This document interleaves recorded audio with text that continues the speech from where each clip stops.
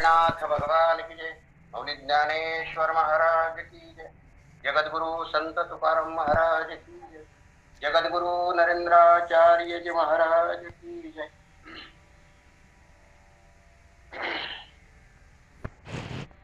एवं ज्ञानाज्ञानमिठी ते ही फाकत से दिठी।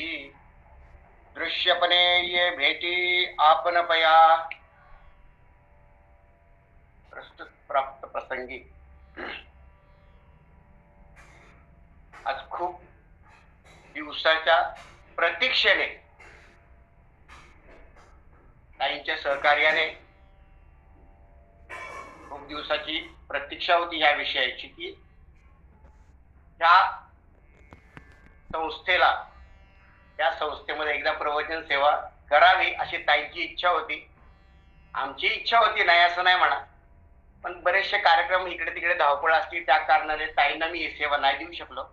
त्याबद्दल दिलगिरी व्यक्त करतो. प्रथमतः महत्वाचा मुद्दा सांगायचा म्हणजे एवढा स्तुत्य उपक्रम हा चालू आहे. खरं तसं जर म्हटलं तर विचार करण्यासारखी गोष्ट आहे ही की जे आम्हाला 40 वर्षामध्ये शक्य झालं नाही. ही गोष्ट ही खूप कमी कालावधीमध्ये ताईंकडून ही घडते. ही खूप आमच्यासाठी ही भाग्याची गोष्ट आहे. कारण सगळे श्रोते वर्गांना प्रथमतः सांगायची इच्छा अशी आहे, कोणाचा किती परिचय आहे ताईंशी मला ठाऊक नाहीये, परंतु माझा परिचय जो ताईंशी आहे तो 30 वर्षाचा आहे. त्याच्यामुळे ताईंना मी खूप वर्षापासून ओळखतो. सुंदर कार्य चालू आहे आणि कार्य असंच वृद्धिगंत राहो. प्रत्येक श्रोत्यांमध्ये, प्रत्येक भक्तामध्ये, प्रत्येक साधकामध्ये आध्यात्मिक प्रगती व्हावी, आध्यात्मिक उन्नती व्हावी अशी पंढरपूर परमात्म्याच्या चरणी प्रार्थना करतो. मौली ज्ञानोबा यांच्या चरणी प्रार्थना करतो आणि विषयाला सुरुवात करतो. महायोग पीठे तटे भीमरथ्यम वरम पुंडरीकाय दातुम मणींद्रैः समागत्य तिष्ठन्तमानंद कंदम परब्रह्मलिंगम भजे पांडुरंगम. नमो सद्गुरु तुकया ज्ञानदीपा. नमो सद्गुरु सच्चिदानंद रूपा. नमो सद्गुरु भक्त कल्याण मूर्ती. नमो सद्गुरु भास्करा पूर्ण कीर्ती. ओम नमो ज्ञानेश्वरा करुणा करा दयाळा. तुमचा अनुग्रह लाधलो पावन झालो चराचरी. सेवेला सुरुवात करण्यापूर्वी आज जी सेवा मिळाली त्या सेवेच्या प्रीत्यर्थी का कुणास ठाऊक भगवंताची कदाचित इच्छा असावी. नेहमी प्रवचनाला सुरुवात करत असताना किंवा प्रवचनाचा विषय घेत असताना म्हणजे ज्ञानोबरायांनी जो तुमच्या आमच्यासाठी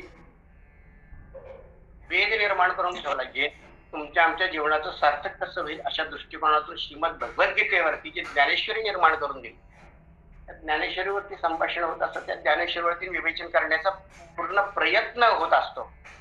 परंतु का कुणास ठाऊक कालपासून असा मनामध्ये एक विचार जागृती झाली, ह्यावेळेस ज्ञानेश्वरी न घेता ही सेवेच्या अगोदर जी ओवी घेतली ती ओवी जी आहे ती मौली ज्ञानोबरायांच्या अमृतानुभव ग्रंथामधली ओवी आहे. त्यामुळे का कुशा पांडुरंग परमात्म्याची इच्छा असावी आणि ओवी सुद्धा अशी माऊलींच्या कृपा आशीर्वादाने निवडल्या गेलेली आहे. सुंदर ओवी आहे. एवं ज्ञानाज्ञान मिठी तेही फाकत से दिठी. दृश्यपणे ये भेटी आपण पया. विषय सुंदर आहे अमृतानुभवाचा. विषय कोणता आहे? अज्ञान खंडन. म्हणजे ज्ञानोबा यांनी त्या अमृतानुभव ग्रंथामध्ये 10 ते 12 विषय असे आहेत ते तुमच्या आमच्या जीवनाशी निगडित आहेत. नवे नवे मनुष्य जन्माला आल्यानंतर नक्की मनुष्य प्राण्याने काय केलं पाहिजे हे ज्ञानेश्वरीमध्ये आहेच आहे, यात मात्र शंका नाही.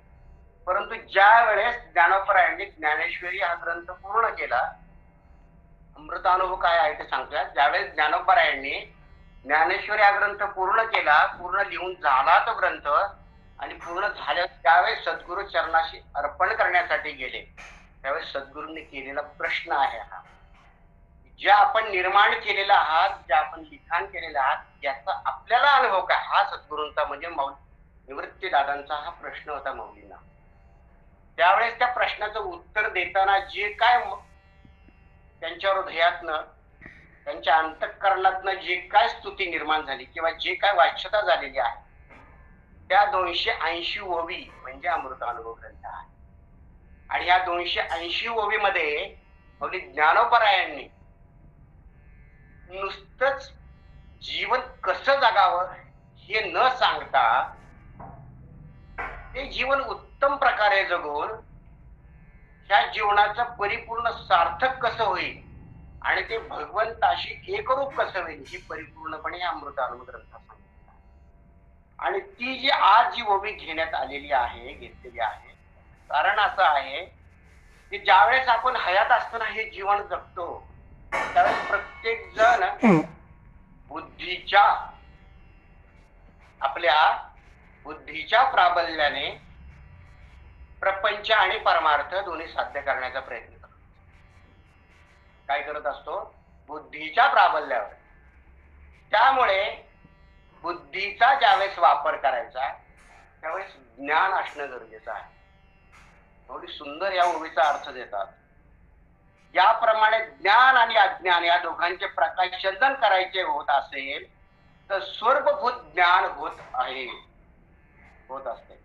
ज्ञान आणि विज्ञान, ज्या वेळेस ज्ञान आणि विज्ञान ह्या दोघांची प्रगती किंवा ह्या ज्ञान आणि विज्ञानाची आपल्यामध्ये ज्यावेळेस अनुभूती होते, ती अनुभूती होण्यासाठी स्वरूपभूत ज्ञान होणं गरजेचं आहे. आता स्वरूपभूत ज्ञान म्हणजे थोडा वेगळा विषय आहे. म्हणजे स्वरूपभूत ज्ञान ह्या विषयावर, ह्या शब्दावरतीच जर प्रवचन करायचं म्हटलं ना, तर 8 दिवसाचा सप्ताह कमी पडतो. एवढा अगाध त्या शब्दामध्ये रहस्य दडलेलं आहे. स्वरूप थोडक्यात सांगू, स्वरूप म्हणजे नुसतं स्वरूप नसून हे स्वस्वरूप असा या शब्दाचा परिपूर्ण अर्थ म्हणायला हरकत नाही. किंवा ही शब्दरचना अशी आहे. स्वस्वरूप, स्वस्वरूप काय म्हणजे स्वतःच स्वरूप. स्वतःचं स्वरूप म्हणजे तुझ्या डोळ्याने दिसते ते नव्हे. स्वतःचं स्वरूप म्हणजे काय? ज्याच्या प्राबल्यावरती, ज्याच्या सत्तेने आपण हे जीवन जगत आहोत, त्याचं ज्ञान होणे. आता ते स्वस्वरूप म्हणजे काय? जे चराचरामध्ये विराजमान आहे, जे या चराचरामध्ये, या त्रिभुवनामध्ये जे निर्माण आहे, जे स्थित आहे, अशा भगवंताचं ज्ञान होणं. आणि तो भगवंत म्हणजे दुसरा तिसरा कोणी नसून तो आपल्याच आत्म्यामध्ये, आपल्याच हृदयामध्ये विराजमान आहे. आणि या गोष्टीचं ज्ञान प्रगट होणं म्हणजे स्वस्वरूपाचं ज्ञान होणं. हे साध्या सरळ भाषेमध्ये झालं. मी मगाशी म्हटलं ना, या शब्दावरती जर म्हटलं ना तर 8 दिवसाचा सप्ताह कमी पडेल. एवढा मोठं या शब्दाचं गुढ असा अभ्यास आहे, गुढ असं त्याचं प्रगटीकरण आहे. तर त्यामुळे या ओवीचं घेण्याच्या मागचं कारणच असं आहे की जीवन जगत असताना माणसाने ज्ञानरहित जीवन जगलं पाहिजे. ज्ञान विरहित नाही, ज्ञानरहित जीवन जगलं पाहिजे. खूप मोठं महाराजांनी खूप सुंदर सांगितले, जे जे ज्ञान विरहित केले ते जन्माचे मूळ झाले, म्हणून अज्ञानी प्राणी प्रवाही वाहतची गेले. जे जे ज्ञानाला सोडून किंवा ज्ञानाला अव्हेरून जे जे कृत्य केलेलं आहे, त्या त्या कृत्यामुळे ह्या जीवनाचं सार्थक न होता या जीवनाचं नाशच झालेला आहे. या जीवनाचा नाश झाला आहे. हा कसा? सुंदर असं आहे की जीवन जगत असताना मी नेमका, मला भगवंताने हा जो नरदेह 84 लक्ष योनी आहे, या जगतामध्ये 84 लक्ष योनी आहे, त्याच्यामधून 84 लक्ष योनीमधनं हा नरदेह 4 लाख वेळा तुम्हाला आम्हाला प्राप्त होतो. किती वेळा प्राप्त होतो? 4 लाख वेळा प्राप्त होतो. परंतु 4 लाख वेळा हा नरदेह प्राप्त झालेला आहे. परंतु हा आत्ता जो मिळालेला हा कितवा आहे ना कोणालाच, ना तुम्हाला ठाऊक ना मला ठाऊक, कोणालाच ठाऊक नाही. परंतु ज्या ज्या वेळेस तुमच्या आमच्याकडून भगवंताच्या प्राप्तीची ज्या ज्या वेळेस गरज भासते, ज्या ज्या वेळेस भगवंताला वाटतं नाही आता हा माझ्यामध्ये विलीन झाला पाहिजे, माझ्या भक्तीत रममाण झाला पाहिजे, त्या वेळेस अशी स्तुती किंवा अशी एक वेळ निर्माण करतो भगवंत की तुम्हाला आम्हाला योग्य त्या ठिकाणी नेऊन ठेव. आणि मग ज्या ठिकाणी आपल्याला नेऊन ठेवले त्या ठिकाणावरती गेल्यानंतर तुम्हाला आम्हाला जे अगाध ज्ञान प्राप्त होतं त्याचं ज्वलंत उदाहरण आहे. म्हणजे आता माझ्या अनुभवाने मी सांगतो, हरिभक्तीपरायण ज्योतिताईचं उदाहरण द्यायला खूप आहे. ताई ज्यावेळेस आमच्या वैकुंठवासी हरिभक्तीपरायण, आम्ही त्यांना आप्पा म्हणायचो लाडारे, तर ताईंचे मिस्टर, त्यांच्या सहवासात ज्यावेळेस ताई गेल्या भगवंताला आपल्याकडून काहीतरी करून घेण्याची इच्छा असते आणि जगत कल्याणासाठी, प्रपंचासाठी नाही परमार्थात जगत कल्याणासाठी भगवंताला तुमच्या आमच्याकडनं जे काय करून घ्यायचंय ते करून घेण्यासाठी भगवंत बरोबर योग्य जागेवरती तुम्हाला आम्हाला ज्यावेळेस ताई त्यांच्या सहवासामध्ये गेला, आप्पांची सवयच अशी होती, म्हणजे एक उदाहरण द्यायला हरकत नाही, मी नेहमी ज्यावेळेस ताईंच्या घरी जायचो तेव्हा आप्पांनी गप्पा मारत ज्यावेळेस बसायचो ना, ज्यावेळेस आमचं संभाषण चालायचं ना, एक नातेवाईक एक मित्र किंवा एकमेकाला भेटल्यानंतर काय संभाषण चालतं, कसं चाललेलं आहे प्रपंचामध्ये, काय करत आहात, कामधंदा व्यवस्थित आहे ना, मुलं बाळ व्यवस्थित आहेत ना, हे आपण सामान्य लोकांचं झालं. परंतु आम्ही ज्या ज्या वेळेस आप्पांच्या सहवासामध्ये जायचो त्यावेळेस आप्पांच्या मुखातून हे शब्द केव्हाच नाही. माझा 30 वर्षाचा यांचा संपर्क आहे. एवढ्या वर्षामध्ये आप्पांची माझे संभाषण झालं एवढं सुंदर आणि आप्पांच्या सहवास जाण्यासाठी एवढं आनंद वाटायचा. का आनंद वाटायचा? कारण ज्या ज्या वेळेस आप्पांच्या सहवासामध्ये जायचो त्या वेळेस आप्पांची जी चर्चा असायची ती अध्यात्माविषयी चर्चा असायची, इतरत्र बाह्य चर्चा केव्हाच नसायची. आणि ती आध्यात्मिक चर्चा जी असायची ना ती दासबोधावरती असेल, ज्ञानेश्वरीवरती असेल, गाथ्यावरती असेल, संतांबद्दल चर्चा असेल, हीच वाचन हीच त्यांची चर्चा असायची. मी का सांगतो एवढं, याच्या मागचं कारण असं, भगवंताला ज्यावेळेस आपल्याकडनं ईश्वरीय कार्य करून घ्यायचंय ना त्यावेळेस आपल्याला तो बरोबर योग्य जागी घेऊन जातो. पण ताईंना जो आप्पांची जो संपर्क झाला, जे त्यांचं वैवाहिक जीवन सुंदररित्या जे झालं घडलं, किंबहुना आपण एवढे लवकर आमची साथ नव्हती सोडली पाहिजे. भगवंताने आमच्यावरती कदाचित आक्षेप नाही घेत, पण भगवंताने आमच्यावरती ही खूप मोठी एक आमच्यावरती अवकृपा केल्यासारखी म्हणायला हरकत नाही. परंतु त्यांची जी ताईंनी जो उपक्रम चालू केलेला आहे, इथून पुढे तो चालू ठेवलेला आहे, तो खरंच स्तुत्यनीय आहे. का म्हणतो मी? कारण आपण जे अपेक्षित होतं ते कार्य आता सुंदररित्या चाललेलं आहे. सांगायचा मतीचा अर्थ काय आहे, भगवंताला ज्यावेळेस आपल्याकडे ईश्वरीय कार्य करून घ्यायचंय त्यावेळेस भगवंत बरोबर योग्य जागेवरती आपल्याला घेऊन जातो. आणि घेऊन जातो मग त्यावेळेस आपल्याला काय कळलं पाहिजे, तर ह्या ओवीचा मतीचा अर्थ तोच आहे. आपलं ज्ञान तिथे परिपूर्णपणे कामाला आलं. मी ज्ञानी आहे आणि माझ्याकडे जे काही ज्ञान आहे ते ज्ञान माझ्यापर्यंत सीमित न ठेवता, त्यांची खूप मोठमोठे प्रवचनाचे कार्यक्रम चालतात, नाही असं नाही, दासबोधावरती ताईंची खूप मोठी पकड आहे समर्थांच्या कृपा आशीर्वादाने. परंतु ते ज्ञान ताईंनी सीमित न ठेवता तुमच्या आमच्या कल्याणार्थ त्यांनी जगाला देण्याचा जो उपक्रम चालू केलेला आहे, त्याबद्दल जे ज्ञान आहे ते ज्ञान सीमित न ठेवता ते ज्ञान इतरांना देण्याचे दातृत्व आपल्यामध्ये पाहिजे. तोपर्यंत हे दातृत्व निर्माण होत नाही तोपर्यंत त्या ईश्वरीय कार्यात सहभाग आपल्याला नोंदवतो. आता हे ज्ञान म्हणायचं तर ज्ञान काय आणि अज्ञान काय, थोडस ओवीकडे वळूयात. ज्ञान आणि अज्ञान काय, एक सुंदर असा दृष्टांत आहे, तो सांगतो म्हणजे पाठीशी लक्षामध्ये. महाभारतामध्ये एक कथा आलेली आहे, कथा बरीपैकी परिचय आहे. किती जणांना परिचित आहे ठाऊक नाही, पण परिचय आहे. ज्या वेळेस 5 पांडवांना अज्ञातवास ज्यावेळेस घडला, त्या अज्ञातवासाच्या वेळेस हे 5 पांडव वनवासात ज्यावेळेस गेले, त्यावेळेस भ्रमण करत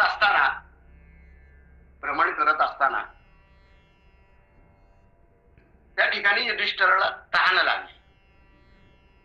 काय झालं? युधिष्ठिराला तहान लागली. आणि युधिष्ठिराला ज्यावेळेस तहान लागली त्यावेळेस युधिष्ठिराने असं आपल्या भावंडांना म्हणलं, अरे मला तहान लागलेली आहे, कोणी मला पाणी आणून देईल का रे? तर नकुल म्हणे, दादा बाकीच्यांना न सांगता मी जातो म्हणे, मी सर्वात लहान आहे, छोटा आहे, मी जातो. नकुल निघाले. भ्रमण करत असताना, फिरत असताना त्यांना त्या जंगलामध्ये सरोवर दिसलं आणि त्या सरोवराशी पाशी गेले आणि आता मोठ्या बंधूसाठी पाणी घेऊन जायचंय या उद्दिष्टाने सरोवराच्या तिथे गेले आणि सरोवराला स्पर्श करणार, त्या सरोवराला स्पर्श करणार तेवढ्यात तिथे त्या सरोवरातनं यक्ष परमात्मा प्रगट झाले. कोण प्रगट झालं? यक्ष परमात्मा प्रगट झाले. आणि यक्ष परमात्मा ज्यावेळेस प्रगट झाले त्यावेळेस यक्ष परमात्मा म्हणले, ए बाळा थांब, तू या सरोवराला स्पर्श करू शकत नाहीये. तो म्हणला, का? ते म्हणे, नाही, जोपर्यंत मी काही प्रश्न विचारतोय त्या प्रश्नांची मला उत्तर प्राप्त होत नाही, तू देत नाहीस, तोपर्यंत तुला या सरोवरातला स्पर्श करण्याचं, ह्याचं पाणी घेण्याचं तुला काहीही अधिकार नाही. असं म्हटल्यानंतर नको, शेवटी बघा, जो ज्ञानी असतो ना त्याला कुठेतरी थोडासा अभिमान असतो. तो नाथरायांचं खूप मोठं प्रमाण आहे. भक्ती प्रेमा विना ज्ञान नको देवा, अभिमान नित्य नवा दया माझी. जो ज्ञान प्राप्त झालेलं ना आपल्याला, त्या ज्ञानामध्ये भक्ती असावी, भगवंताबद्दल प्रेम असावं. जर हे नसेल तर काय होतं? अभिमान जागा होतो. नाथराय म्हणतात, भक्तिप्रेमाशिवाय ज्ञान नसावं. आणि तसंच ह्या नकुलाचं अभिमान थोडा जागला. अरे मी कोण आहे तुला ओळखलं का? ज्यांच्या नुसत्या उभ्या राहण्याने इंद्र सुद्धा थरथर कापतो, असे आम्ही 5 पांडव आहोत, तर त्याच्यातला मी सगळ्यात छोटा नकुल आहे आणि तू मला म्हणतोस त्याला स्पर्श नाही करायचा, तुझा काय अधिकार आहे? त्याच्या अभिमानापोटी नकुल तिथे स्पर्श करायला जातो आणि तिथे यक्ष परमात्म्याच्या शक्तीने मूर्छित होऊन पडतो. बराच वेळ झाला नकुल पोचत नाही. युधिष्ठिर म्हणतात, सहदेवाला पाठवतात. सहदेवाची तीच परिस्थिती होती. सहदेव सुद्धा तिथे जातो. सहदेव सुद्धा तिथे अभिमानाच्या गर्वाच्या पोटी त्या यक्ष परमात्म्याची विनंती न मान्य करता त्यांना उलट उत्तर देतो. तोही तिथे मूर्छित होऊन पडतो. तदनंतर अर्जुन जातो. अर्जुनाची तीच परिस्थिती होते. नंतर भीम जातो. भीमदादा तर ताकदीने बलाढ्य. अरे म्हणतो, तुला माझ्या ताकदीचा अनुभव नाहीये, तुला नाहीये. तू कोण? यक्ष परमात्मा. यक्ष तुला मी ओळखत नाही. असं म्हटल्यानंतर त्यांच्या यक्ष परमात्म्याच्या शक्तीने तोही तिथे मूर्छित पडतो. काहीतरी वेगळी भानगड आहे. माझी 4 भावंड पुन्हा परत आलेली नाहीत. या कारणाने स्वतः युधिष्ठिर, स्वतः धर्मराजा फिरत त्या सरोवरापाशी जातात. त्या शापित सरोवरापाशी गेल्यानंतर पाहतात तर आपली 4 भावंडे इथे मूर्छित पडलेले आहेत. काहीतरी वेगळी भानगड इथे नक्कीच आहेत. युधिष्ठिर आपलं नकुलला सोडला, सहदेवाला सोडला, भीमाला सोडला, परंतु अर्जुन ज्या अर्थी मूर्छित पडतोय त्या अर्थी नक्कीच इथे काहीतरी गोष्टी आहे, इथे काहीतरी गुपित आहे. तर म्हटल्यानंतर त्या पाण्याला स्पर्श न करता धर्मराजा ज्ञानी होता. ते धर्मराजाचं जे ज्ञान आहे ना, ते उच्च पराकोटीचं ज्ञान होतं. आणि त्या ज्ञानाच्या ताकदीने, त्या ज्ञानाच्या अनुभवाने युधिष्ठिर राजा तिथे विनंती करतो, अरे बाबा, इथे जो कोणी असेल, जो कोणी या सरोवराचा मालक असेल, राखणदार असेल, त्याला म्हणजे हात जोडून विनंती आहे की माझ्यासमोर प्रगट हो. म्हणजे ते यक्ष परमात्मा प्रगट होता.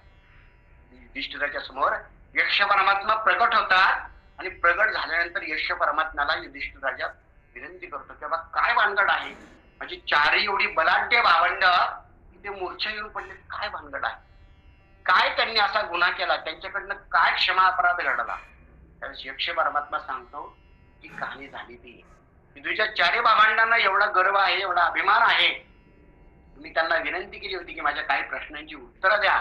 त्या सरोवराचं पाणी घेण्यासाठी हरकत नाही, पण माझ्या प्रश्नांची उत्तरं दिली तर घ्यावं. असं म्हटल्यानंतर युधिष्ठिर म्हणतो की ठीक आहे, हरकत नाही. आता यांना पुनश्च जिवंत करण्यासाठी काय करावं लागेल. तर यक्ष परमात्मा म्हणतो मी जिवंत करेन त्यांना पुन्हा, परंतु तुला माझ्या प्रश्नांची उत्तरं द्यावी लागतात. असं म्हटल्यानंतर युधिष्ठिरामध्ये राजा म्हणतो ठीक आहे, तुम्ही प्रश्न तर मांडा, मी तुमच्या प्रश्नांचं उत्तर देण्यासाठी प्रयत्न करेन. बघा किती म्हणजे जो पूर्णतः पुरेपूर ज्ञानी असतो ना, तो पुरेपूर ज्ञानी असतो ना, युधिष्ठिराजा केवढे युधिष्ठिर धर्मराजा म्हणतात. पण धर्माचं सखोल असं ज्ञान असणारे धर्मराजा म्हणतात की मी त्या प्रश्नांची उत्तरं देण्याचा प्रयत्न करेन, देईन असं नाही म्हटलेलं. त्या मोठमोठ्या लोकांच्याकडनं घेण्याचं खूप काय आपल्या जीवनामध्ये आहे, परंतु आपण नेमकं कोणत्याही प्रमाण किंवा कोणताही दृष्टांत श्रवण करत असताना, ऐकत असताना ती गोष्ट म्हणून ऐकतो आणि ऐकून या कानाने ऐकायचं, त्या कानाने म्हण आहे बघा एक सुंदर आपल्यामध्ये, नळी फुंकली सोनारे इकडून तिकडे गेले वारे. ते इकडून तिकडे जाता कामा नाहीये, ते स्मरणामध्ये, ते मस्तिष्क मध्ये बसलं पाहिजे, ते अंतःकरणामध्ये रुजलं पाहिजे. आणि नुसतंच रुजलं नाही पाहिजे, ज्यावेळेस ते चिंतनामध्ये येईल त्यावेळेस ते चिंतनात आल्यानंतर ते आचरणामध्ये येईल. जोपर्यंत आचरणात येत नाही तोपर्यंत श्रवण केल्याचं सार्थक लागत. मग ते युधिष्ठिर राजा म्हणतात ठीक आहे, मी प्रयत्न करतो. ज्यावेळेस प्रयत्न कर म्हणतात त्यावेळेस यक्ष परमात्म्यांनी 75 प्रश्न विचारले. किती विचारले? 75 प्रश्न विचारलेले आहेत. त्या 75 प्रश्नांपैकी 2 महत्वाचे प्रश्न जे तुमच्या आमच्या जीवनाशी निगडीत आहेत. ही जी ओवी आहे ना अमृतानुभवातली, ज्ञान आणि अज्ञान, त्या दोन्ही गोष्टींचं पुरेपूर असं रस त्या 2 प्रश्नांमध्ये आहे. पहिला प्रश्न सुरुवात सुंदर असा होता की सर्वात श्रेष्ठ पंथ कोणता. लक्ष द्या, सर्वात श्रेष्ठ पंथ कोणता. सुंदर असं मार्मिक उत्तर दिलेलं आहे. युधिष्ठिराने धर्मराजाने खूप सुंदर मार्मिक उत्तर दिलेलं आहे. सर्वात श्रेष्ठ धर्म कोणता प्रश्न केल्यानंतर युधिष्ठिर राजाने प्रश्न केलेला आहे, सर्वात श्रेष्ठ पंथ हा की महात्मे ज्या मार्गाने जातात तो मार्ग पत्करणे, त्या मार्गात स्थित असणे, त्या मार्गाने आपण त्या मार्गाने जाणे, हाच सर्वात श्रेष्ठ पंथ. किती सुंदर मार्मिक उत्तर आहे बघा. बघा आपण जीवनामध्ये नेमकी आपल्याकडनं ही चुकी होते. प्रपंच करत असताना अनेक गुरु अनेक जणांच्या संपर्कामध्ये जातो की मला कसं ज्ञान प्राप्त करावं, मी प्रपंचाची प्रगती करण्यासाठी मी काय काय केलं पाहिजे, कोणत्या प्रकारची नोकरी केली पाहिजे, पैसा कसा कमवला गेला पाहिजे, बरं हे सगळं कमवून सुद्धा प्रपंच कसा केला पाहिजे. प्रत्येक विषयासाठी आपण गुरूंच्या प्रत्येकाच्या शोधामध्ये असतो. परंतु परमार्थात प्रगती करत असताना जेव्हा परमार्थात आपलं पाऊल पडल्यानंतर तेव्हा हा विचार केला की नाही, ज्ञानोबरायांनी जे आम्हाला जीवनाला निगडीत असा जो काय मार्ग आम्हाला प्राप्त करून दिलेला आहे त्या मार्गावर चालण्याचा किती प्रयत्न करतो आपण. नाही होत. का नाही होत? आपण संसाराला मिठी मारलेली आहे. संसाराला मिठी मारलेली असल्यामुळे मोहमायेत आपण अडकलेलो आहोत आणि त्या कारणामुळे आपल्याकडनं या जो युधिष्ठिरांनी जो आता त्या प्रश्नाचं उत्तर दिलं की महात्मे ज्या मार्गाने जातात त्या मार्गावरती आपण जाणं, त्या मार्गावरती आपण स्थितप्रज्ञ असणं, हा सर्वात श्रेष्ठ पंथ आहे. हा पहिला प्रश्न झाला. आणि दुसरा प्रश्न केला, या जगात सर्वात मोठं आश्चर्य काय आहे. 75 प्रश्नांपैकी हे 2 प्रश्न आहेत बरं का. पहिला प्रश्न आहे या जगामध्ये सर्वात श्रेष्ठ पंथ कोणता, आणि दुसरा प्रश्न आहे या जगातलं सर्वात मोठं आश्चर्य काय आहे. हे सुद्धा याचं सुद्धा खूप मार्मिक उत्तर मिळालं की ह्या जगातलं सगळ्यात मोठं मार्मिक उत्तर काय आहे. मार्मिक असं आश्चर्य काय आहे माहिती का. तुमच्या आमच्या सारख्या जीवन जगणाऱ्या सामान्य माणसाच्या मनामध्ये खूप मोठा भ्रम आहे. सगळ्यात मोठं आश्चर्य आहे. कोणतं आहे माहितीये? की मी ज्या अर्थी जन्माला आलेलो आहे, ज्या अर्थी जन्माला आलेलो आहे, त्या अर्थी जोपर्यंत या पृथ्वीचा भार शेषनागाने, जोपर्यंत शेषनागाने या पृथ्वीचा भार आपल्या मस्तकी घेऊन ठेवलेला आहे आणि तो जोपर्यंत भार धरून ठेवलेला आहे तोपर्यंत मला मरण नाही. लक्षात घ्या, शब्दाकडे लक्ष द्या. जोपर्यंत शेषनागाने या पृथ्वीचा भार आपल्या मस्तकी घेऊन ठेवलेला आहे तोपर्यंत तो भार करून बाजूला करत नाही. जोपर्यंत शेषनाग स्थितप्रज्ञ आहे तोपर्यंत मला मरण नाही असा गैरसमज तुमच्या आमच्यामध्ये असणे हा सगळ्यात मोठा गैरसमज आहे. हे सगळ्यात मोठं जीवनातलं आश्चर्य आहे. काय कळालं याच्यातनं? पहिल्या प्रश्नातनं किती सुंदर असं मार्मिक उत्तर मिळलं. पहिल्या प्रश्नातनं काय, सर्वात मोठा पंथ हे ज्ञान असणं गरजेचं आहे. सर्वात मोठा पंथ की जो महात्म्यांच्या पावलावर पाऊल ठेवायचा आहे आणि जीवन जगायचं आहे, याचं ज्ञान तुम्हाला आम्हाला पाहिजे. आणि अज्ञान कोणतं आहे की या जगामध्ये मी जन्माला आलेलो आहे, मला मरणच नाही अशी जीवनामध्ये मनामध्ये भावना असणं हे तुमचं आमचं सर्वात मोठं अज्ञान आहे. माऊली ज्ञानोबरायांनी या ओळीमधनं माऊलींना हेच सांगायचे, ज्ञान आणि अज्ञान ह्या नाण्याच्या दोन बाजू आहेत. ज्ञान आणि अज्ञान या नाण्याच्या दोन बाजू आहेत. जरी जसं सत्य आणि असत्य ह्याच्या अशा दोन बाजू आहेत, तशा जीवन जगत असताना ज्ञान आणि अज्ञान ह्या दोन बाजू आहेत. ज्याप्रमाणे ज्ञान तुम्हाला आम्हाला आहे त्याप्रमाणे अज्ञान पण आहे. पण अज्ञान किती असावं की ज्ञानाचा विसर पडल इतपत अज्ञान नसावं. ज्ञानाचा विसर पडल इतपत अज्ञान तुमच्या आमच्यामध्ये नसावं. आणि ते अज्ञान दूर होण्यासाठी तुम्ही आम्ही काय केलं पाहिजे? सुंदर ज्ञानोबरायांची उभी आहे. पाये पा दूध पवित्र आणि गोड, पासी त्वचेची या पदरा आड, ते अवघेरुनी गोचड अशुद्धते निघती. ते सुंदर सांगितलंय ज्ञानोबरायांनी ज्ञानेश्वरीमध्ये. बघा, पाहे पा दूध पवित्र. दूध किती पवित्र आहे? त्यावेळेस भगवंताच्या चरणाचा आपण अभिषेक करतो, संतांच्या चरणाचा अभिषेक करतो, सद्गुरूंच्या चरणाचा अभिषेक करतो. त्यावेळेस आपण काय कशाचा वापर करतो? पवित्र गंगेच्या पाण्याचा वापर करतो, पहिली गोष्ट. आणि दुसरी गोष्ट गाईच्या दुधाचा. ज्या गायीमध्ये आम्ही आपल्या हिंदू धर्मामध्ये ज्या गायीमध्ये 33 कोटी देव विराजमान आहेत, अशा पवित्र गायीच्या दुधाचा अभिषेक करतो. त्या दुधाला आपण एवढं पावित्र म्हणतो. आणि त्या पवित्र दूध जे आहे ते कुठे असतं? त्या गायीच्या कासेमध्ये असतं. परंतु त्या गायीच्या कासेवरती गोचिड असतं ना. एक प्राणी आहे, तो प्राणी त्या गायीच्या काशेवरती बसलेला असतो. परंतु त्या पवित्र दुधाची त्याला काय आसक्ती आहे का? ते गोचिड काय करतं? त्या गायीच्या कासेमधनं काय करतं? ते अशुद्ध असं रक्तप्राशन करतं. अशुद्ध असं रक्तप्राशन करतं. तर त्याला रक्तप्राशन केल्याचा आनंद जो प्राप्त होतो, त्याच्याही पेक्षा जर ते दूध जर प्राशन केलं तर त्याचं केवढं कल्याण होईल, त्याचं केवढं मोठं सार्थक होईल. परंतु ते सार्थक न होता त्याला अभिलाषा कुठल्या आहे? तर त्या रक्ताच्या अभिलाषा आहे. का ज्ञानोबरायांनी एवढी सांगितली माहितीये? तशाच प्रकारे आपलं जीवन झालेलं आहे. आपल्या तुमच्या आमच्यामध्ये जो विराजमान जो आहे, जो आत्मा आहे, तो आत्मा दुसरा तिसरा कोणी नसून तो साक्षात भगवंताचा एक अंश आहे.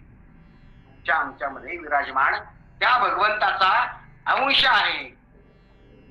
आणि त्या भगवंताच्या अंश जोपर्यंत त्याची तुम्हाला आम्हाला प्राप्ती होत नाही, त्याची जोपर्यंत तुम्हाला आम्हाला ओळख पटत नाही, तोपर्यंत तुम्हाला आम्हाला या जीवनाचं रहस्य कळणार. हा जो नरदेह प्राप्त झालेला आहे ना, या नरदेहाची किंमत कळणार. आणि ही किंमत कळण्यासाठी काय केलं पाहिजे माहितीये का? ही किंमत कळण्यासाठी ह्या नरध्याची आसक्ती दूर झाली पाहिजे. या नरध्याची आसक्ती दूर झाली पाहिजे. आपण म्हणतो मला मरणच नाही. जे जीवनामध्ये करतो ते प्रपंचामध्ये करतो, सगळं मी करतो. आपण करणारे कोण नाहीये. करता करविता तो नाही. करता करविता तो आहे. चाले हे शरीर कोणाच्या सुटते, कोण बोलवितो हरिविन. त्या हरीशिवाय ह्या जीवनाचं रथहीनमय नाही. ह्या जीवनाचं म्हणतो या जगामध्ये झाडाचं पानही त्याच्याशिवाय हलू शकत नाही. तर तुम्ही आम्ही चाललं बोलणं फिरणं सोडून द्या. ज्ञानोबाईंची खूप सुंदर वय अवघी आहे बघा ज्ञानेश्वर. म्या बोलविल्या वेदू बोले, म्या चालविल्या सूर्य चाले, म्या हालविल्या प्राणी वाहले, जगाते रहिता. ज्ञानोबा राय खूप सुंदर सांगतात ज्ञानेश्वरीमध्ये. भगवंत सांगतात ज्यावेळेस अर्जुनाला मार्गदर्शन भगवंताने केलं त्यावेळेस अर्जुन म्हटला, अरे देवा मी हे सगळं करणार आहे, मी युद्ध करणार आहे, मी नातेवाईकांना मारणार आहे. त्यावेळेस भगवंताने सांगितलं, अरे तू करणारा कोणीच नाहीये, तू करणारा कोणी नाहीये. मी तुला निमित्त मात्र केलेला आहे, मी तुला निमित्त मात्र केलेला आहे. फक्त तुला एक उगा म्हणून पुढे ठेवलेला आहे, एक दाता म्हणून तुला ठेवलेला आहे. करता करविता तर मीच आहे. अरे मी जोपर्यंत बोलत नाही ना तोपर्यंत वेद सुद्धा बोलू शकत नाही. मी जोपर्यंत चालवत नाही ना तोपर्यंत सूर्यही चालू शकत नाही. अरे हे तर नव्हे सोड, प्रत्येक मानवाचा जो आत्मा आहे जोपर्यंत मी त्याला हलवत नाही तोपर्यंत तो आत्मा नव्हे तो शरीर हलवू शकत नाही. हे जगाचं खूप मोठं रहस्य आहे. आणि हे रहस्य जर तुम्हाला आम्हाला जर कळायचं असेल ना तर काय केलं पाहिजे माहिती का? सद्गुरूंना शरण गेलं. जोपर्यंत या जगाचं रहस्य तुम्हाला आम्हाला कळत नाही तोपर्यंत या जीवनाचं सार्थक होत नाही. आणि या जीवनाचं जो सार्थक जर तुम्हाला आम्हाला जर करायचं असेल ना तुम्ही आम्ही सद्गुरूंना शरण गेलं. आता तुम्ही म्हणाल सद्गुरूंना शरण जाण्याची काय गरज आहे? आमचं वय, आता मला स्क्रीनवरती बरेच लोक दिसत आहेत, तुम्ही वयाच्या वयाने खूप मोठमोठे आहात. जीवनामध्ये अनेक महात्म्यांचा, अनेक संतांचा, अनेक महाराज लोकांचा संपर्क तुमच्या जीवनामध्ये आला असेल. तुम्हाला एवढे महाराज लोक भेटले, मग आम्हाला काय गरज आहे सद्गुरूंची? विचार करण्यासारखी गोष्ट आहे. कधी माझ्यासारख्या महाराजांनी प्रवचन केलं, कीर्तन करणं म्हणजे जगाला जागृत करणं हे नव्हे. कारण सद्गुरू कशा असावे ज्ञानोबा यांच्या भाषेत सांगू. गुरु असावा रोक ठोकडा, गुरु नसावा मिंदा, कुणी वंदा अथवा निंदा को तो नाही कुणाचा वंदा. गुरु असावी समर्थवानी, अंधा देई दृष्टी, सुकल्या पाण्या कळेल तेवर, पाऊस करतो वृष्टी. खूप सुंदर ज्ञानोबा यांचा हा अभंग आहे, खूप सुंदर अभंग आहे. गुरु कसा पाहिजे? रोक ठोक पाहिजे. एखादा श्रीमंत शिष्य सर त्याच्या समोर आला तर त्या श्रीमंत शिष्यापासून काहीतरी प्राप्त होणार आहे म्हणून त्याची स्तुती करणं आणि जो त्याच्यापेक्षा कमी आहे त्याची स्तुती न करणं, हा भेदभाव करणं, यांना गुरु म्हणत नाही. गुरूंच्या सहवासामध्ये जाणारा प्रत्येक व्यक्ती हा समभाव असला पाहिजे. त्या गुरूंपाशी दोन्ही शिष्यांपाशी किंवा दोन्ही शिष्यांच्या संबंधी गुरूंच्या हृदयामध्ये सारखं स्थान असलं पाहिजे. ते रोखठोक पाहिजे. गरीब जरी चुकला, श्रीमंत जरी चुकला तरी त्या दोघांना परिपूर्णपणे रोखठोक उत्तर देता आलं पाहिजे. अशा सद्गुरू जीवनामध्ये असतात. पुढे गुरु असावा रोकुटा, गुरु नसावा मिंदा. तो कोणाचा मिंदाच नाही पाहिजे जगतामध्ये, की एखाद्यापासून काहीतरी प्राप्त होतंय म्हणून त्याच्याकडनं घेत राहणं आणि घेऊन आपलं काहीतरी संस्था मोठी करायची आहे, माझी धर्मशाळा मोठी करायची म्हणून गुरु कुठेतरी दीन नसावा, गुरु कुठेतरी मिंदा नसावा. गुरुंचं ज्ञानोबा सांगितलेलं रहस्य बरं का गुरुचं. गुरु कशा असावे याच्याही पुढे सांगितले. गुरु असावी समर्थवाणी, अंधाधे दृष्टी. गुरूंच्या वाणीमध्ये इतकी ताकद असली पाहिजे, किती ताकद असली पाहिजे. एखादा दगडासारख्या बुद्धीचा, मुद्दामून हा शब्द वापरलाय, दगडासारख्या बुद्धीची व्यक्ती आत्मज्ञानी सत्पुरुषांच्या सहवासात गेल्यानंतर सुद्धा त्या दगडालाही ज्ञान नव्हे, दगडालाही पाझर फुटेल एवढी क्षमता त्यांच्या नुसत्या दृष्टीमध्ये पाहिजे. कशामध्ये? नुसत्या दृष्टीमध्ये. नाथरायांनी जे भागवत निर्माण केलं ना, कथा खूप मोठी आहे, खूप मोठी सांगत नाही. नाथरायांनी जे भागवत निर्माण केलं ना, ते भागवत लिहिण्याचं नंतरचं जे कार्य आहे, तो नाथरायांच्या घरी साखराचं काम करत होते. त्या साखराकडनं नाथरायांनी करून घेतलं. भागवत अपूर्ण राहिलं होतं, ते पूर्णत्वास कधी गेलं? नाथरायांच्या घरी साखराचं काम करणाऱ्या व्यक्तीचं, ज्याला शालेय शिक्षण नव्हतं, ज्याला कोणतंही ज्ञान नव्हतं, ज्यावेळेस नाथराया आणि त्यांचं ज्यावेळेस पाठ घ्यायचे त्यावेळेस हा काय करायचं तर काम करत असत. अशा अज्ञानी भक्ताकडनं नाथरायांनी भागवत रचून निर्माण करून. हो, संतांमध्ये आत्मज्ञानी सत्पुरुषांमध्ये ही तर ताकद असते. आत्मज्ञानी सत्पुरुषांची जी शक्ती असते ती हीच असते. तुमच्या आमच्या सारखा अज्ञानी व्यक्ती त्यांच्या सहवासात गेल्यानंतर त्याला ज्ञान वेगळं काही प्राप्त करण्याची गरज भासत नाही. वेगळं ज्ञान प्राप्त करण्याची गरज भासत नाही. का? तर सद्गुरूंच्या दृष्टीमध्ये, नवे नवे सद्गुरूंच्या सहवासामध्ये क्षमता असते, ही ताकद असते की आपल्या शिष्याचा कल्याणार्थ, आपल्या शिष्याच्या उद्धारार्थ, या नरध्याचं सार्थक होण्यासाठी सतत ते कार्यरत असतात. सद्गुरू सतत कार्यरत असतात. म्हणून याला त्याला शरण न जाता, या त्या महाराजाला शरण न जाता आपल्या जीवनाचं स्वहित कुठे आहे हे ओळखा. यासाठी ज्ञान पाहिजे, याच कारणासाठी ज्ञान पाहिजे. प्रत्येक जण म्हणा आम्ही खूप शिकलेलो आहे, आम्ही ग्रॅज्युएट आहोत, डबल ग्रॅज्युएट आहोत, खूप मोठं ज्ञान आहे, आमच्याकडे डिग्री आहे वगैरे सगळं काय, परंतु हे जे ज्ञान आहे ना, हे प्रपंचाच्या प्रगतीसाठी आहे, हे प्रपंचाच्या धोरणेसाठी आहे. परंतु परमार्थात जर तुम्हाला प्रगती करायची असेल, परमार्थात जर आपल्याला काहीतरी सार्थक करून घ्यायचं असेल, तर सद्गुरूंच्या सहवासात जाऊन ते ज्ञान प्राप्त होईल ना, ते ज्ञान आपल्याला त्या हृदयाला धरून ठेवलं पाहिजे. नुसतंच हृदयाला धरून नाही, त्याचं चिंतन झालं पाहिजे, ते आत्मसात झालं पाहिजे. परंतु त्याकरता आत्मज्ञानी सत्पुरुषांच्या जीवनात जाणं, त्यांच्या संपर्कात जाणं खूप गरजेचं आहे. हे सगळं करत असताना आत्मज्ञानी सत्पुरुष काय आहेत काय नाही, मी कधी पुढे वेळ आली ना, कधी पुढे प्रवचन सेवा जर मिळाली मला तर त्याच्यात नाही. परंतु आत्ताचा महत्वाचा विषय असा आहे, ज्ञान आणि अज्ञान जर आपल्याला प्रगट करायचा असेल तर ज्या भगवंताने हा नरदेह तुम्हाला आम्हाला दिलेला आहे, कोणत्या कारणासाठी दिलेला आहे आणि त्या भगवंताने का दिलेला आहे, आणि या नरदेहात नेमका आल्यानंतर हे कोणाच्या ताकदीने, कोणाच्या सत्तेने हे शरीर चाललेलं आहे, तर जोपर्यंत ज्ञान होत नाही ना, तोपर्यंत या नरदेहाचं सार्थक होणार. आणि हे होण्यासाठी काय केलं पाहिजे, तर भगवंताची भक्ती पाहिजे, भगवंतामध्ये दृढ विश्वास पाहिजे, म्हणजे सतत स्मरणा पाहिजे. स्मरणामध्ये तुकोबारायांचं खूप सुंदर असा अभंग आहे. सतत जीवनामध्ये जर भगवंताचं स्मरण असेल ना, तर या जीवनाचं नक्कीच सार्थक होणार आहे. तुकोबारायांचं खूप सुंदर अभंग आहे. काय केलं पाहिजे?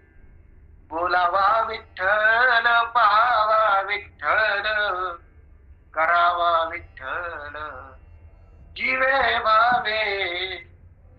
सतत स्मरणामध्ये पाहिजे, सतत चिंतनामध्ये पाहिजे. नाही, या जीवनाचं जर सार्थक करायचं असेल तर त्या भगवंताशिवाय, जो चराचरामध्ये विराजमान आहे, त्याच्या स्मरणाशिवाय, त्याच्या चिंतनाशिवाय, त्याच्या भक्तीशिवाय या जीवनाला दुसरा ध्यास नाही पाहिजे. तुमच्या आमच्या जीवनाचा ध्यास वेगळा आहे. आपल्याला जीवनात आल्यानंतर, प्रपंचात आल्यानंतर, या पृथ्वी तलावर आल्यानंतर आपल्याला एकच ध्यास लागलेला आहे, माझी प्रपंचामध्ये प्रगती कशी. शेजारच्याने गाडी घेतली, माझ्याकडे त्याच्यापेक्षा भारी गाडी कशी. शेजारच्याने 2 BHK घेतला, माझा 3 BHK कसा. एखाद्या स्त्रीचं खूप महत्वाचं बघा, खूप मोठ्या स्त्रीमध्ये हा खूप मोठा गुणधर्म आहे बघा. एखाद्या मैत्रिणीने जर एखादं केलं ना 1 तोळ्याचं 2 तोळ्याचं, तर तिच्याकडे 2 तोळ्याचं माझ्याकडे 3 तोळ्याचं कसं होईल? माझ्या गळ्यामध्ये तिच्यापेक्षा सुंदर असं दिसणारं कसं दागिना मला मिळतं. हे काही गोष्टी किंबहुना नाही माझे, तर ते मला ह्या गोष्टी पटत नाही. परंतु हे जीवनाचं सत्य आहे. हे तुमच्या आमच्या जीवनाचं सत्यत्व आहे. त्या सत्यामुळे आपण नेमकं परमार्थामध्ये एकनिष्ठ का होत नाहीये? तर कारणच हे आहे, की आपण नेमके जीवनात आल्यानंतर काय करायचं ह्याचाच आपल्याला विसर पडलेला आहे. तो का विसर पडलाय माहितीये? एक छोटासा दृष्टांत आहे. जीवनात आल्यानंतर आपल्याला ह्या गोष्टीचा परमार्थात आहोत आपण. पण परमार्थात असूनही ह्या ध्येयाचं, त्या भगवंताने तुम्हाला आम्हाला नरदेह दिलेला आहे. या नरदेहाचं सार्थक का होत नाहीये? का होत नाही याचं कारण सांग. सुंदर दृष्टांत आहे. गुरुवर्य पांडुरंग महाराज गुले यांना नेहमी बऱ्याच कीर्तनामध्ये त्यांनी हा दृष्टांत.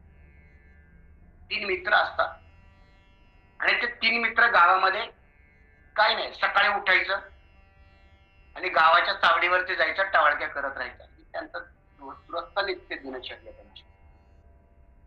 आणि असे मित्र असतात.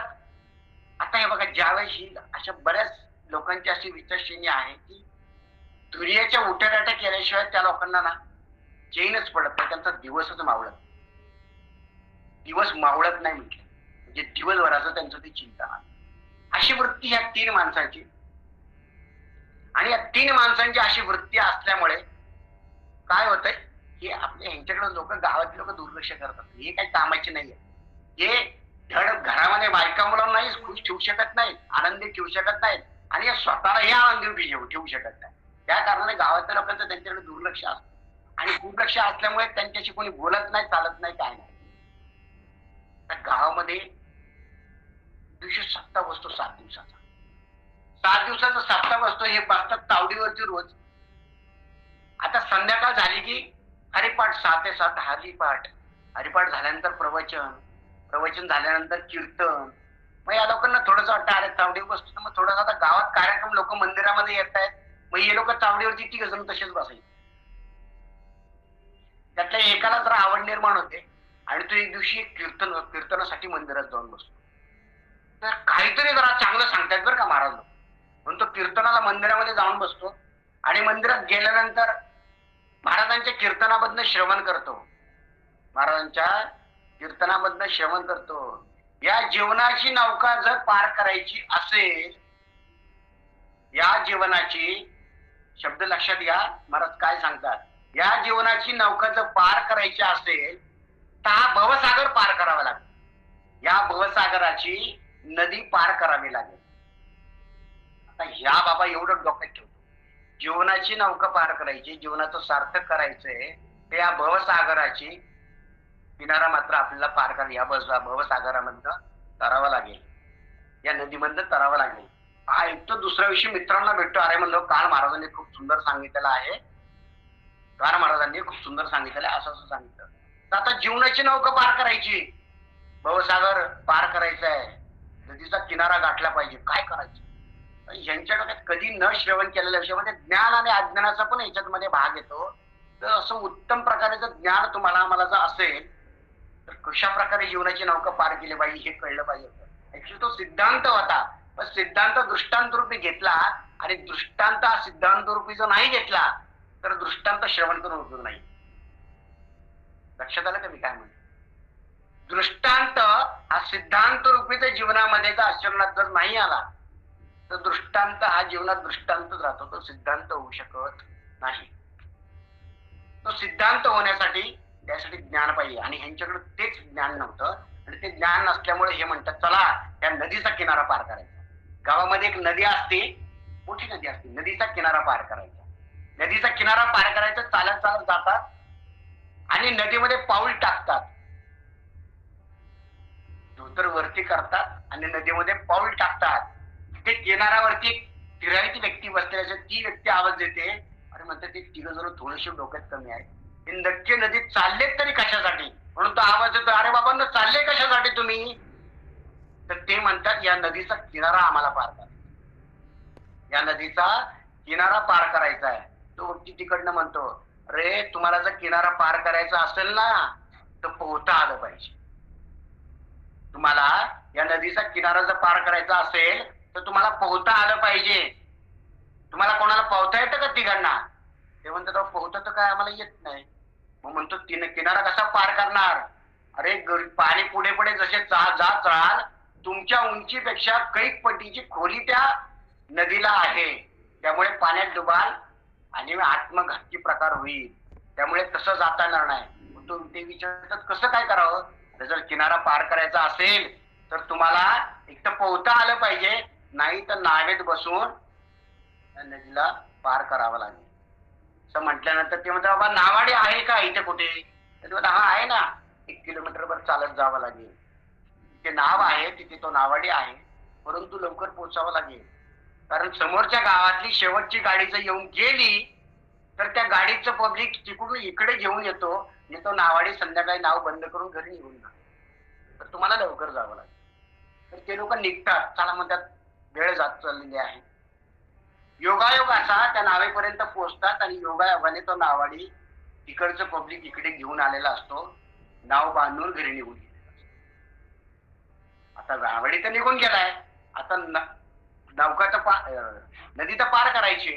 मग करायचं काय? असं म्हटल्यानंतर त्यातला तिघातला एक जण म्हणतो चला म्हणतो काय हरकत नाही, नावेत बसा तुम्ही, मी नौका ओलवतो. मी काय करतो, नौका ओलवतो आणि आपण नौकाच्या किनारी घेऊन जाऊया. नौका ओलवतो म्हटलं की हे तिघे जण बसतात आणि नौका ओलवतात. नौका ओलवतात आणि ओलवत असताना ज्यावेळेस नौकेत बसतात त्यावेळेस व्यसनीही असतात. त्यातला एक जण म्हणतो बाबा रे, ह्या नदीचा किनारा पार करायचा आहे, परंतु जोपर्यंत आपल्याला ज्याची आवड आहे थोडस व्यसन केल्याशिवाय ही नौका ओलवणं माझ्याकडनं होणार नाही. बघा व्यसनी व्यक्ती जे असतात ना त्यांना थोडीशी एनर्जी येण्यासाठी त्यांचं ते कृत्य केल्याशिवाय त्यांना ती प्राप्त. एखादा दारुडे व्यक्ती आहे त्याला सांगा बाबाला गावातला, त्याला सांगा एखादं काम करे पडलेलं, तो म्हणून करल पण डोक्यात अक्का बाय पाहिजे. जोपर्यंत राहतात तोपर्यंत माझ्यात ताकद नाही ना, तसं माझ्याकडनं होणार नाही. आणि मग हे काय व्यक्ती लोक बरोबर आणलेलं नौकेतच कार्यक्रम करतात. कार्यक्रम करतात तर ह्यांना एवढी होती की तिघ जण, एक जण नौका ओलवायला सुरुवात करतो. नौका ओलवता ओलवता ओलवता रात्र होते. रात्र होता होता एक जण नौका ओलवतो, तो थकतो. दुसरा नौका ओलवायला जातो, तो थकतो. तिसरा नौका ओलवायला जातो, तोही थकतो. तर करता करता करता रात्र जाते, सकाळ उजेडते. सकाळ उजेडते आणि सकाळी उजेडल्यानंतर ह्यांना जेव्हा सूर्य उगवतो त्यावेळेस ते बघतात. जो मोठा असतो ना, जो सगळ्यात ज्याला ज्ञान झालेलं असतं, ही नदी भवसागर हा पार केल्याशिवाय, हा नदीचा किनारा पार केल्याशिवाय या जीवनाचा सार्थक होणार नाही. त्याच्या लक्षात येतं अरे रात्रीपासून आपण नौका ओलवतोय, आपण आहे तिथंच आहे. नौका काय नदीच्या पार गेलेली नाही. त्यांची रात्री डोक्यात घेतलेली अक्काबाई उतरते. अक्काबाई उतरल्यानंतर यांच्या लक्षात अरे जागा सोडली नाही अजून, आपण आहे तिथेच आहोत, काय करायचं? तर बघता अरे नाव तिथेच आहे. दृष्टांत कळाला. या दृष्टांताचं तात्पर्य सांगतो मी काय आहे. याच तात्पर्य असं आहे, तिघे जण नावेत बसले, तिघे जण जीवनरूपी नावेत बसले. ही नाव जी आहे ना, ही जीवन आहे आपलं. हे तिघे कोण आहेत माहितीये का? रज तम सत्व असे त्रिगुण आहेत. लक्षात घ्या मुद्दा. नाव काय आहे? हे जीवन आहे. हे तिघ जण कोण आहेत? हे रजतम सत्व, हे त्रिगुण आहेत. आणि या त्रिगुणाने भरलेल्या जीवनाची जी नौका आहे ही कुठे बांधलेली आहे? झाडाला बांधलेली आहे. ही कुठे बांधलेली आहे? झाडाला बांधलेली आहे. ते झाड काय आहे माहितीये का? हे झाड हा आपला प्रपंच आहे. ते जे वृक्ष आहे, ते झाड आहे, तो आपला प्रपंच आहे. आणि त्या प्रपंच रूपी झाडाला बांधलेली जी रश्या आहे ती माया आहे. ही नौका हे जीवन आहे. हे तिघ जण आहेत, ते रजतम सत्व, हे त्रिगुण आहेत. त्या त्रिगुण रूपी जे जीवन आहे ते संसार रूपी बांधलेल्या झाडेची रस्सी जी आहे तुमच्या आमच्या मधली माया आहे, त्या संसार रूपी मायेला बांधलेली जी दोरी आहे ती जोपर्यंत आपल्याकडनं सुटत नाही तोपर्यंत आपल्याला भगवंताची प्राप्ती होईल. लक्षात आला दृष्टांत. आणि ती रस्सी सोडण्यासाठी काय केलं पाहिजे तर आत्मज्ञानी सत्पुरुषांना शरण गेलं. आमच्या जगद्गुरुशींचं खूप सुंदर मार्गदर्शन आहे, खूप सुंदर ओळ आहे. जो जो गुरुंशी अनन्य शरण तयाचे पूर्वी मनोरथ नारायण प्रपंच आणि परमार्थ दोन पुरविला तो नरेंद्र म्हणे. जो जो गुरूंना अनन्य भावे शरण गेलेला आहे, जो जो गुरूंना अनन्य भावे शरण गेलेला आहे, त्याच्या जीवनाची नौका पार करण्याची जबाबदारी पुरेपूरपणे सद्गुरू घेतात. आणि नुसतीच जबाबदारी नौका जीवनाची पार करण्याची नाही तर या जीवनाचीच नौका नव्हे प्रपंचाची सुद्धा जबाबदारी सद्गुरू घेतात. काय करतात? प्रपंचाची जबाबदारी घेतात. तर आपल्या प्रपंचामध्ये आपल्याला काय योग्य आहे काय अयोग्य आहे ते योग्यरित्या योग्य वेळेस आपल्याला सद्गुरू पुरवतात. सद्गुरू ते प्राप्त करून देतात. केव्हा केव्हा असंही होतं बघा की आपल्याकडनं जीवनामध्ये काही गोष्टी अशा चूक अशा गोष्टी घडतात की ज्याच्यामुळे ह्या जीवनामध्ये ह्या नशिबामध्ये ह्या हयात अशा जीवनामध्ये आपल्याला ते प्राप्त होणार असतं. पण अशा काही चुक्या घडतात की ज्याच्यामुळे ते प्राप्त होणार असतं पण होत नाही. उदाहरण देऊ. उच्च शिक्षण जीवनामध्ये लिहिलेलं आहे. उच्च शिक्षण एखाद्या मुलाच्या जीवनामध्ये लिहिलेलं आहे. परंतु आई वडिलांनी शाळेमध्ये घातल्यानंतर जर त्या मुलाने जर शाळेत दिलेला जो नित्यनियमाचा अभ्यास आहे किंवा शाळेत शिकवलेला जो अभ्यास आहे हा जो व्यवस्थित श्रवण नाही केला, श्रवण करून तो मनन जर नाही केला आणि मनन न करता जर अभ्यासाला जाऊन बसला तर तो विद्यार्थी उत्तम प्रकारे पास होईल का? नाही ना होणार. त्याचप्रमाणे तुमचं आमचं जीवन आहे. हे जे जीवन मिळालेलं आहे हा जो नरदेह तुम्हाला आम्हाला मिळालेला आहे हा नरदेह पूर्वजन्माच्या संचिताने मिळालेला आहे. त्या पूर्वजन्माचं पाप आणि पुण्य याच्याप्रमाणे हा नरदेह प्राप्त झालेला आहे की किती ह्या जीवनात आल्यानंतर पुण्याचा संचयाने आनंद प्राप्त करायचा आहे आणि किती पाप केलेला आहे गेल्या जन्मात त्याप्रमाणे भोग भोगायचे ह्याच्याप्रमाणे हा नरदेह प्राप्त झालेला आहे. परंतु तो जर उत्तम प्रकारे जीवन जर नाही जगलं, संगत योग्य नसेल तर पंगत योग्य होणार नाही. आणि ती पंगत जर योग्य व्हायची जर असेल तर थोडस अपेक्षेपोटी सांगू. आमच्यासारख्या महाराजांची संगत, थोडा विनोदाचा भाग सांगितला. आमच्यासारख्या महाराजांची संगत असली पाहिजे. म्हणजे कितपत असली पाहिजे? ज्या वेळेस कोणतेही महाराज लोक प्रवचन कीर्तन करत असतात, एक तथ्य सांगू, ज्या वेळेस महाराज लोक प्रवचन कीर्तन करत असतात ना त्यावेळेस ते स्वतः नसतात. हा सिद्धांत आहे बरं का. ते स्वतः तिथे नसतात. कारण हा एकमेव अधिकार नारदांचा आहे. आणि त्या नारदांच्या गादीवरती ज्या वेळेस कोणतेही प्रवचनकार कीर्तनकार विराजमान ज्या वेळेस होतात त्यावेळेस भगवंत त्यांना फक्त माध्यम करतो आणि भगवंत त्यांच्या मुखातून तुम्हाला आम्हाला सुंदररित्या जीवन जगण्यासाठी प्रबोधन मार्गदर्शन करत असतो. म्हणून कोणते महाराज प्रवचन करतायत, कोणते महाराज कीर्तन करतायत, वैयक्तिकरित्या त्यांचं चिंतन न करता तिथे साक्षात भगवंत माझ्यासाठी उभे आहे आणि त्या भगवंताच्या कृपा आशीर्वादाने मला काहीतरी मार्गदर्शन होतं. नवे मला जीवनाची नौका पार करायची आहे हा दृष्टिकोन ठेवला पाहिजे. ते मार्गदर्शन नुसतं श्रवण नाही केलं पाहिजे, ते आत्मसात झालं पाहिजे. ते मार्गदर्शन आत्मसात झालं पाहिजे. नुसतं आत्मसात नाही, ज्यावेळेस परिपूर्णपणे ते आत्मसात होईल त्यावेळेस ते चिंतनामध्ये येईल. चिंतनामध्ये आल्यानंतर हे आपल्या कृतीमध्ये तर येणारच आहे. कारण चिंतनात जी गोष्ट सतत आपण घोकत असतो ना, ती घोकत असल्यामुळे तसं कार्य शरीर करत असतं. तसं कार्य हे शरीर करत असतं आणि त्या कार्याने योग्य किंवा अयोग्य अशा गोष्टी घडत असतात आपल्या जीवनामध्ये. आणि त्या योग्य किंवा अयोग्य गोष्टी घडण्यासाठी तर म्हणून मग अशी म्हटलं पंगत संगत उत्तम असेल तर पंगत उत्तम राहते. म्हणून संगत उत्तम गरजेचे आहे. संगत उत्तम गरजेचे आहे. त्याप्रमाणे आता जास्त काही बोलत नाही. त्यांनी जो स्तुत्य असा उपक्रम चालू केलेला आहे ना, मी पाहतो बऱ्यापैकी काय होतं कधी कधी संध्याकाळचे कार्यक्रम असले ना तर मला वेळ मिळत नाही. ताई क्षमा करा. काय होतं माहितीये का, आवड आहे पण कधी कधी काय होतं कार्यक्रमाने सवड मिळत नाही. आणि त्या सवडीने ना एवढी सुंदर प्रहारात लोकांची प्रवचन आपल्या ह्याच्यावरती असते.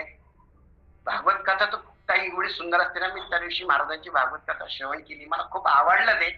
म्हणजे तुम्ही युट्यूबचं जे हे टाकलं ना चित्रीकरण, ते मला आवडलं. पाहायला मी ते श्रवण केलं, मला आवडलं खूप ते.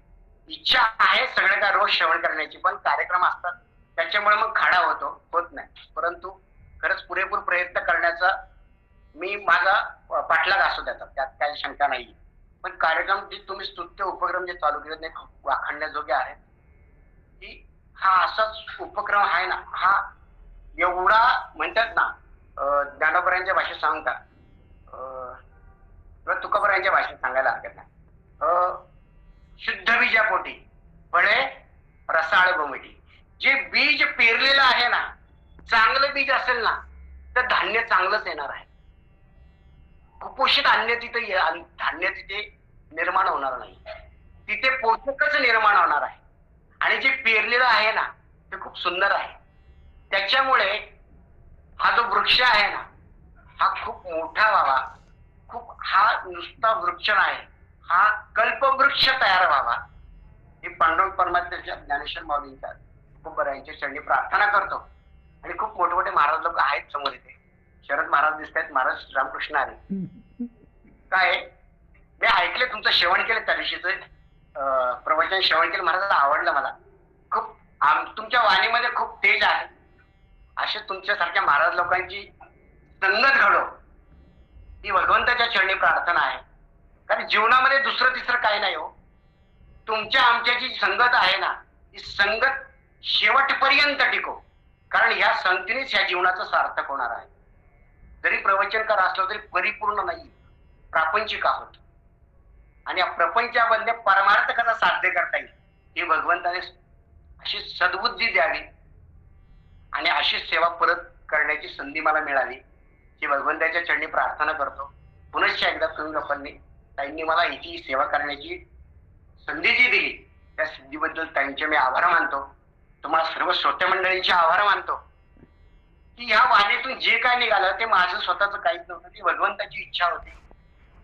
स्वतःच असं काहीच मांडलेलं नाहीये. माऊली ज्ञानोबरायांनी जो अमृतानुभव विवरण केलेला आहे, या अमृतानुभवातनं ज्या काही गोष्टी परिपूर्ण कळलेल्या नाहीयेत पण जे काय कळलं ते मांडण्याचा प्रयत्न केला. आणि त्या प्रयत्नाने तुमच्यापर्यंत जे आलं ते तुमच्या जीवनाला सार्थक ठरावं ज्ञानोबरायांच्या चरणी प्रार्थना करतो आणि माझ्या वाणीला पूर्ण विराम देतो. कुंडलिक वरदे हरी विठ्ठल श्री ज्ञानदेव तुकाराम पंढरीनाथ भगवान की जय. माऊली ज्ञानेश्वर महाराज की जय. जगद्गुरु संत तुकाराम महाराज की जय. जगद्गुरु नरेंद्राचार्य जी महाराज की जय. पसायदान तुम्ही घेताय महाराज? हा माऊली. पसायदान तुम्ही घेताय? या तुम्ही घ्या. बर कोण घेत आहे? श्रीरंग दादा पसायदान घेताय का?